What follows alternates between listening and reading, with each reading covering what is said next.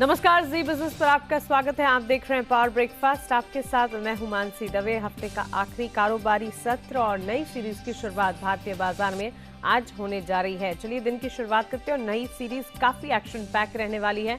शुरुआत में सबसे पहले विदेशी बाजार के संकेत जान लीजिए। एशियाई बाजार आपके टीवी स्क्रीन पर आ जाएंगे। एसडीएक्स निफ्टी आप देखिए करीब 100 अंकों की गिरावट यहां पर हम देख रहे हैं लाल निशान के साथ 17,492 के स्तर पर ये ट्रेड करते हुए। वहीं डाउ फ्यूचर्स में भी लाल निशान के साथ ही ट्रेड इस घंटे देखने को मिल रहा है। करीब 220 अंकों की गिरावट यहां पर भी देखने को मिली है। और अमेरिकी बाजार में छुट्टियों का माहौल है थैंक्स गिविंग के चलते, लेकिन विदेशी बाजार में साथ ही कमोडिटी मार्केट्स में कच्चे तेल की चाल, सोने चांदी के वायदे में क्या कुछ हो रहा है, विस्तार से जान लेते हैं। हमारे साथ दीपांशु भंडारी जुड़ गए हैं। Deepanshu, good morning. बताएं विदेशी बाजार के संकेत आज कैसे नजर आ रहे हैं? Good morning Mansi. और खराब संकेत आते हुए दिख रहे हैं। वैसे कि अमेरिकी बाजार बंद थे तो एक ट्रिगर कोई नहीं था बाजारों के लिए कि इतना नेगेटिव रिएक्शन दे, बट उसके सामने आपको एक नेगेटिव रिएक्शन इसलिए आते हुए दिख रहा है क्योंकि कोरोना का एक नया वेरिएंट हमारे सामने आया है। ये वेरिएंट साउथ अफ्रीका में मिला है और इसकी वजह से बाजार की चिंता इस समय फैलती हुई आपको दिख रही है और उसी का इम्पैक्ट आप देखेंगे जापान के बाजार जो नीचे आए हैं, बाकी एशिया के बाजार जो गिरते हुए दिख रहे हैं। अब हुआ क्या है मैं आपको ये पहले बता देता हूँ। साउथ अफ्रीका में ये एक नया वेरिएंट मिला है। इस वेरिएंट के बारे में फिलहाल कुछ ज़्यादा जानकारी अवेलेबल नहीं है, बट जितना अभी तक पता चल रहा है ये बॉडी के इम्यून सिस्टम को अटैक करता है और बॉडी का जो इम्यून सिस्टम है इससे लड़ने में ज़्यादा प्रभावी नहीं पाया जा रहा है। तो यहाँ से एक डर आपको सामने मिलते हुए दिख रहा है कि इसका इलाज किस तरह से किया जाएगा।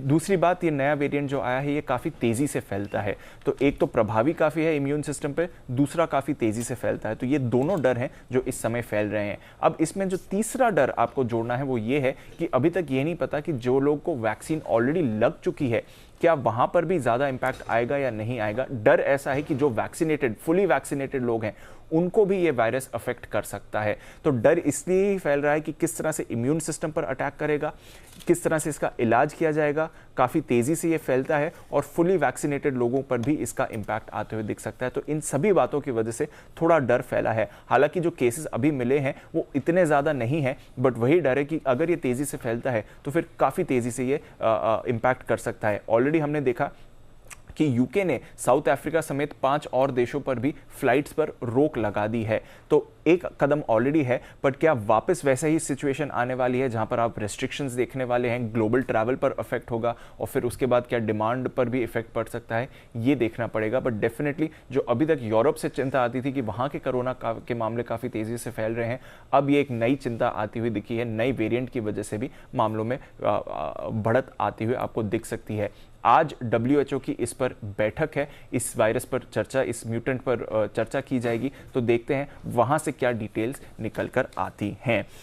इसी का इम्पैक्ट आप देख रहे हैं across asset classes right now. तो हालांकि डाउ फ्यूचर्स पर आप 200 सवा 200 अंकों की गिरावट देख रहे हैं। आज शाम अमेरिकी बाजार सिर्फ आधे दिन के लिए खुलेंगे। जापान के बाजार देखिए 2% की गिरावट वहां पर आ रही है क्योंकि एक्सपोर्ट लेड इकोनॉमी है। तो वही डर है कि वापस पिछले साल के कोरोना जैसी लॉकडाउन अगर सिचुएशंस आती हैं तो फिर कैसा इंपैक्ट रहेगा। बाकी के एशिया के बाजार भी आपको 1.5% तक की गिरावट दिखा रहे हैं। इस समय सेफ हेवन एसेट्स में खरीदारी हो रही है। तो जापानीज येन जो एक सेफ हेवन करेंसी माना जाता है वहां पर आप खरीदारी देख रहे हैं और उसका इंपैक्ट जापानीज इक्विटी मार्केट्स पर आ रहा है। उसके सामने आप देख रहे हैं कि गोल्ड में भी एक थोड़ा सा रिबाउंड आते हुए दिखा है। तो डर फैला हुआ है इस नए वेरिएंट की वजह से। अब देखना पड़ेगा, मामले उतने नहीं मिले हैं, शायद एक तरह का ओवर रिएक्शन भी हो सकता है, बट क्योंकि इस वेरिएंट के बारे में बहुत कम डिटेल्स अवेलेबल हैं तो इसलिए बाजार इस समय एक शार्प रिएक्शन दिखा रहा है। शायद आगे समझ जाएं, पर डेफिनेटली डिटेल्स का इंतजार रहेगा। ओके दीपांशु, शुक्रिया विस्तार से ये सब हमें बताने के लिए। तो क्लियरली विदेशी बाजार में गिरावट की सबसे बड़ी वजह ये कोविड का जो नया वेरिएंट है इसके चलते आती हुई दिख रही है। कितना ज़्यादा सीरियस है ये और क्या आगे और ज़्यादा, आप जिस तरह से कह रहे हैं कि फिलहाल सिर्फ एक शार्प रिएक्शन दिख रहा है, क्या आगे चलकर भी विदेशी बाजार का इसका इम्पैक्ट आज के दिन में एटलीस्ट दिख सकता है? दिख सकता है। तो यूजुअली हमने देखा है कि जब भी कोरोना की चिंता सबसे पहले सामने आती है एक ओवर रिएक्शन बाजार की तरफ से आता है क्योंकि जो केसेस अभी मिले हैं वो उतने ज्यादा नहीं हैं, बट जो केसेस सामने आए हैं वो काफी सीरियस हैं। तो इसलिए ये डर है कि अगर ये तेजी से फैलना शुरू हो जाता है तो फिर क्या इंपैक्ट आएगा। अभी हुआ नहीं है ऐसा, WHO की तरफ से कोई एडवाइजरी नहीं आई है अभी तक क्योंकि इस वायरस के बारे में बहुत कम डिटेल्स अवेलेबल हैं। तो क्योंकि डिटेल्स ज्यादा अवेलेबल नहीं है और डर है कि ये काफ़ी तेज़ी से फैल सकता है और जो फुली वैक्सीनेटेड लोग हैं उन्हें भी इम्पैक्ट कर सकता है, तो उसका कॉम्बिनेशन है। इसलिए मैं कह रहा हूँ कि शायद एक तरह से बाजार का हल्का सा आप इसे ओवर रिएक्शन भी मान सकते हैं, शायद आगे संभल जाएं, बट डेफिनेटली क्योंकि इस समय कुछ ज़्यादा डिटेल्स मालूम नहीं है, यूके ने ऑलरेडी रेस्ट्रिक्शंस लगा दी हैं, एक्सपर्ट्स का भी मानना है कि ये काफ़ी खतरनाक वेरिएंट हो सकता है, तो फिर इसलिए शायद बाजार रिएक्ट कर रहे हैं। हमने देखा था जब डेल्टा वेरिएंट भी सबसे पहले सामने आया था तो ऐसे ही 1-2 दिनों का बाजार में ओवर रिएक्शन था और फिर जब डिटेल्स आई तो बाजार संभलते हुए दिख रहे थे। तो आगे क्या होता है ये जानना मुश्किल है, बट डेफिनेटली अभी के लिए बाजार काफी शार्पली इसी खबर पर रिएक्ट करते हुए दिख रहे हैं। बिल्कुल दीपांशु, शुक्रिया विस्तार से हमें समझाने के लिए। तो नए कोविड वेरिएंट की वजह से बाजार चिंतित है और अभी यहाँ पर शार्प रिएक्शन इसी के चलते आता हुआ दिखा है। आपको बता दें कि साउथ अफ्रीका में मिले नए वेरिएंट की वजह से यहाँ पर चिंता फैली हुई है और खास तौर से सबसे प्रभावी कोविड का ये वेरिएंट माना जा रहा है। नए वेरिएंट से इम्यूनिटी सिस्टम को काफ़ी हद तक असर होता हुआ दिखता है। इसका इलाज कैसे होगा इस पर नज़र रखनी है, रिकवरी किस तरह से होगी इस पर, और वैक्सीन लगे हुए लोगों को भी ये कोरोना का जो नया वेरिएंट है वो अफेक्ट कर रहा है। तो इसी के चलते हम देख रहे हैं WHO की बैठक आज इसी के ऊपर होती हुई दिखेगी। अब जानना ही होगा कि कोई एडवाइजरी निकल कर आती है या नहीं। चलिए आगे बढ़ते हैं और जान लेते हैं कि कल के कारोबारी सत्र में संस्थागत निवेशकों ने क्या किया, FIS-DIS का एक्शन कैसा रहा। FIS ने की है बिकवाली कैश मार्केट में करीब 2301 करोड़ की, वहीं वायदा बाजार में FIS की बड़ी खरीदारी के आंकड़े आते हुए दिखा है 8146 करोड़ का, और कैश मार्केट में DIS की तरफ से 1368 करोड़ की खरीदारी होती हुई दिखी है। तो एक अच्छी बड़ी खरीदारी वायदा बाजार में FIS कर रहे हैं। कैश मार्केट में DIS की खरीदारी है और FIS की कैश मार्केट में हमने बिकवाली देखी है। तो क्लियरली अब ये संस्थागत निवेशकों के आंकड़े हैं, विदेशी बाजार के संकेत हमने जाने जो कि फिलहाल चिंताजनक नजर आ रहे हैं कोरोना के नए वेरिएंट की खबरों के चलते। लेकिन आज भारतीय बाजार के लिए क्या कुछ अहम होने वाला है, भारतीय बाजार में कौन सी खबरें हैं जिस पर हमें नजर रखनी है, खबरों वाले शेयर्स और साथ ही ट्रिगर्स, सब कुछ लेकर वरुण दुबे हमारे साथ जुड़ गए हैं। वरुण, गुड मॉर्निंग, बताएं। Good morning Mansi. तो ट्रिगर्स में सबसे पहले कल वोडाफोन का नंबर था, आज भारतीय एयरटेल का नंबर है क्योंकि जो बढ़ी हुई दर है भारतीय एयरटेल की वो आज से लागू हो जाएंगी। तो कल से वोडाफोन महंगा हुआ, आज से एयरटेल महंगा हो जाएगा। टेलीकॉम, हाँ टेलीकॉम, तो ये सबसे बड़ी खबर है। सबसे पहले तो ट्रिगर है। इसके अलावा टासन्स प्रोडक्ट यहाँ पे आज लिस्टिंग होने वाली है। आपको याद होगा इशू प्राइस जो है इस कंपनी का 662 का है। अच्छा सब्सक्रिप्शन मिला था, करीब 77.5 टाइम्स जो है इस कंपनी का IPO सब्सक्राइब हुआ था। MRPL ONGC के साथ मर्जर में के लिए आज बोर्ड की बैठक होने वाली है, तो यहाँ पे नजर रखिएगा। गोल्डियम इंटरनेशनल बायबैक 26 नवंबर से 9 दिसंबर तक खुलने वाला है। बायबैक का प्राइस जो है 1200 रुपये प्रति शेयर का है, तो इसके लिए इस काउंटर पे भी नजर रखिएगा। और हाँ, US के बाजार आज बंद रहेंगे, आधे दिन के लिए खुलेंगे, ये तो आपको दीप बता ही चुके हैं। अब जो FNO में होने वाले स्टॉक्स है उनकी लिस्ट और बढ़ने वाली है क्योंकि वायदा बाजार में और 2 स्टॉक शामिल होंगे। एक तो AB कैपिटल, दूसरा हनीवेल ऑटोमेशन। जनवरी की सीरीज से वायदा बाजार में ये दोनों स्टॉक्स जो है वो शामिल होने वाले हैं, तो यहाँ आपकी खास नजर होनी चाहिए। न्यूक्लियस सॉफ्टवेयर यहाँ पे नजर रखिएगा क्योंकि बायबैक के लिए ड्राफ्ट ऑफर लेटर जो है इस कंपनी ने जारी कर दिया है। 22.6 लाख शेयर जो है यानी कि 7.81% इक्विटी का बायबैक ये कंपनी करने वाली है। 700 रुपये के भाव पे बायबैक होने वाला है। 23% के आसपास का प्रीमियम है और 27 नवंबर यानी कि कल इसकी रिकॉर्ड डेट है। नज़ारा टेक उन्नति मैनेजमेंट कंसल्टेंट्स के को 6.48 लाख शेयर जो है इस कंपनी ने जारी किए हैं।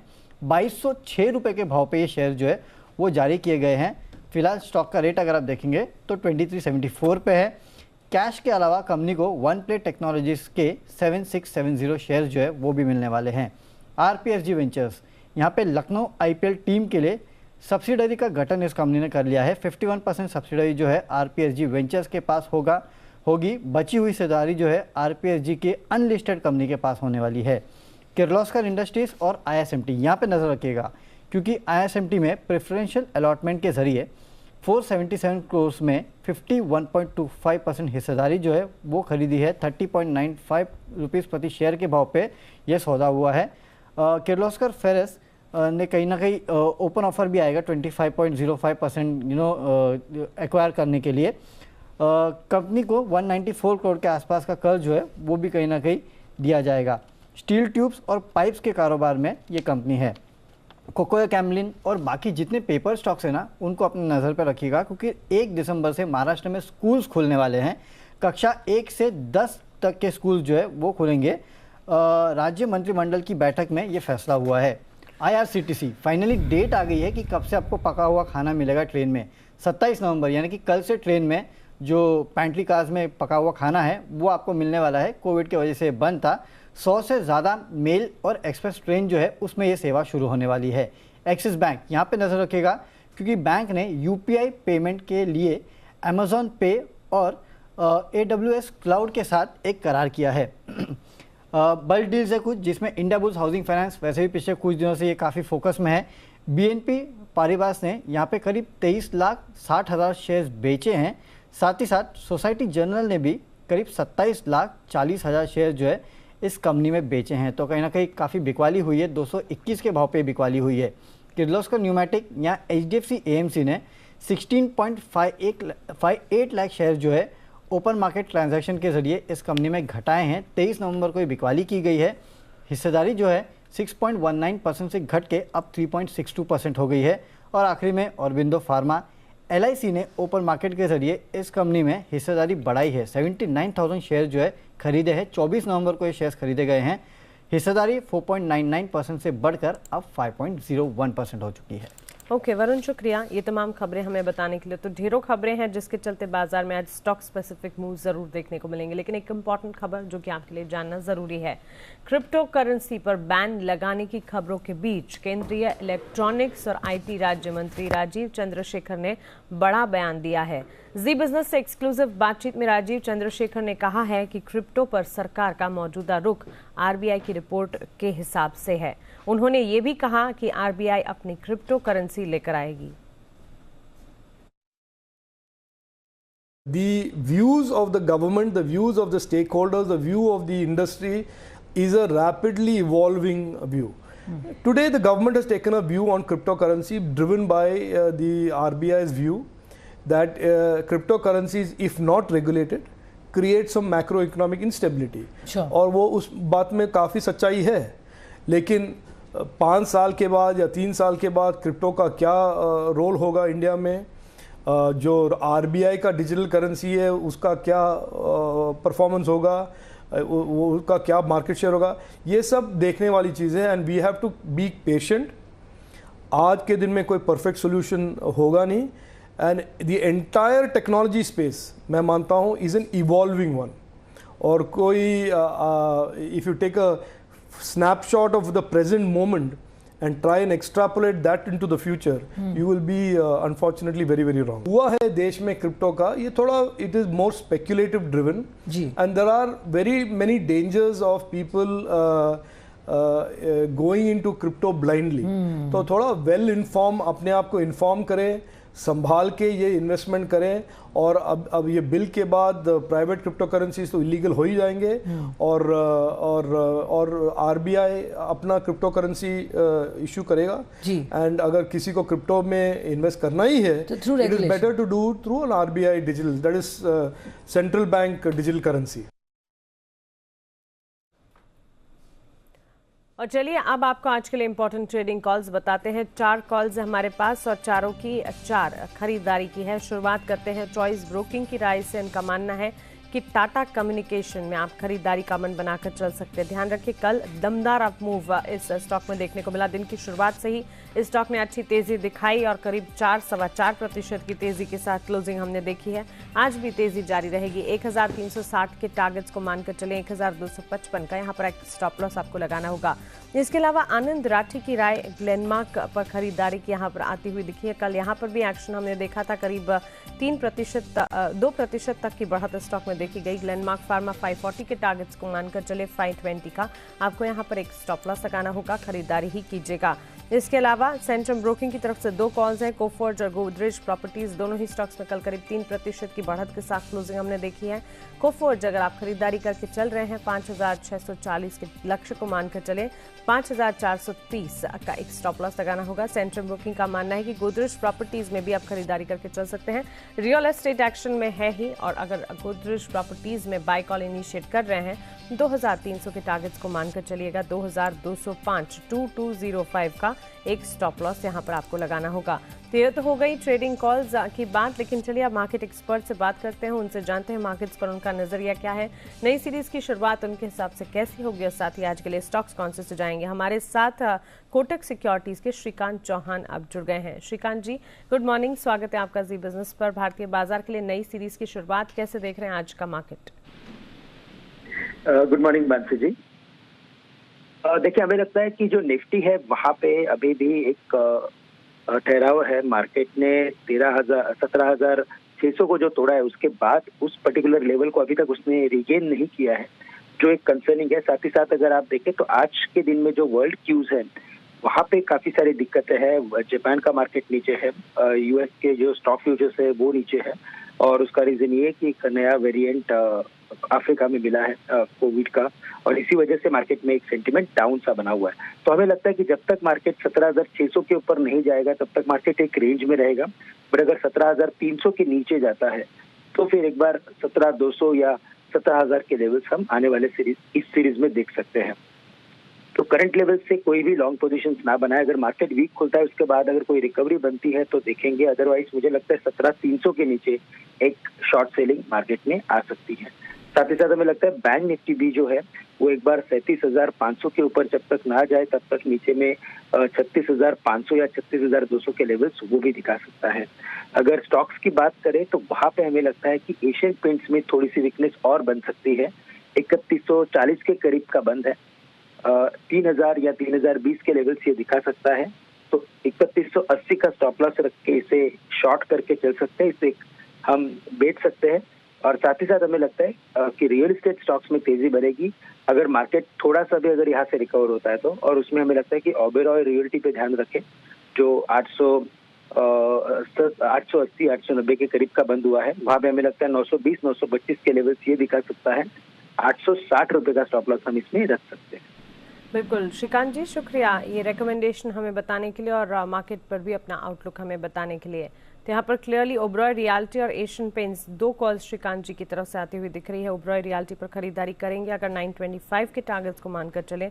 एशियन पेंट्स में बिकवाली की राय यहाँ पर आती हुई दिख रही है। टारगेट 3,000, स्टॉप लॉस 3,180 के यहाँ पर आपको मानकर चलने हैं। और साथ ही बाजार पर श्रीकांत जी का नजरिया है कि आपको एक कॉशियस नजरिया अपनाना है, सिर्फ रिव्यू कीजिएगा। कमोडिटी मार्केट्स पर एसएमसी ग्लोबल की वंदना भारती से हमने बात की, उनकी रिकमेंडेशन देखते हैं। सिल्वर में खरीदारी की राय है, यहाँ पर 62,800 के स्टॉप लॉस को मानकर चले। 63,500 का यहाँ पर टारगेट आपको मानना है। वहीं जिंक बेस मेटल्स की चाल अगर देखें, जिंक में बाई कॉल इनिशिएट करने की राय वंदना जी का मानना है। 278 के टारगेट्स यहाँ पर आपको देखने को मिलेंगे। 272 का आपको यहाँ पर एक स्टॉप लॉस लगाना होगा। हुई है कमोडिटी मार्केट्स की बात, लेकिन चलिए ब्रोकरेज एक्शन आपको समझाते हैं। एफआईआर के रडार पर कौन से स्टॉक्स हैं ये अब जान लीजिए। यहाँ पर सबसे पहले शुरुआत करते हैं बर्नस्टीन की।